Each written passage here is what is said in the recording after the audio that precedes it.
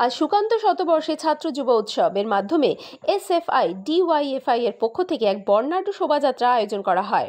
22 November সকাল 11টা দীনেশ মজুমদার ভবন থেকে রামলীলা ময়দান পর্যন্ত যায় এই বর্ণাঢ্য মিছিলটি।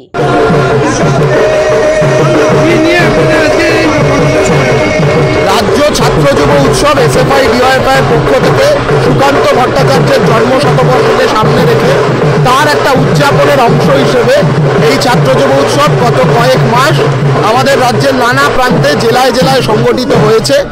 আজকে তারই চূড়ান্ত পর্ব, রাজ্য স্তরের ফাইনাল রাউন্ড, যা সেইটা রামলীলা ময়দান, কলকাতার রামলীলা ময়দানে সংগঠিত হবে আজ এবং কাল 22-23 নভেম্বর, এই দুদিন ধরে। তারই সূচনা লগ্নে এই বর্ণাঢ্য শোভাযাত্রার মাধ্যমে তার সূচনা হচ্ছে।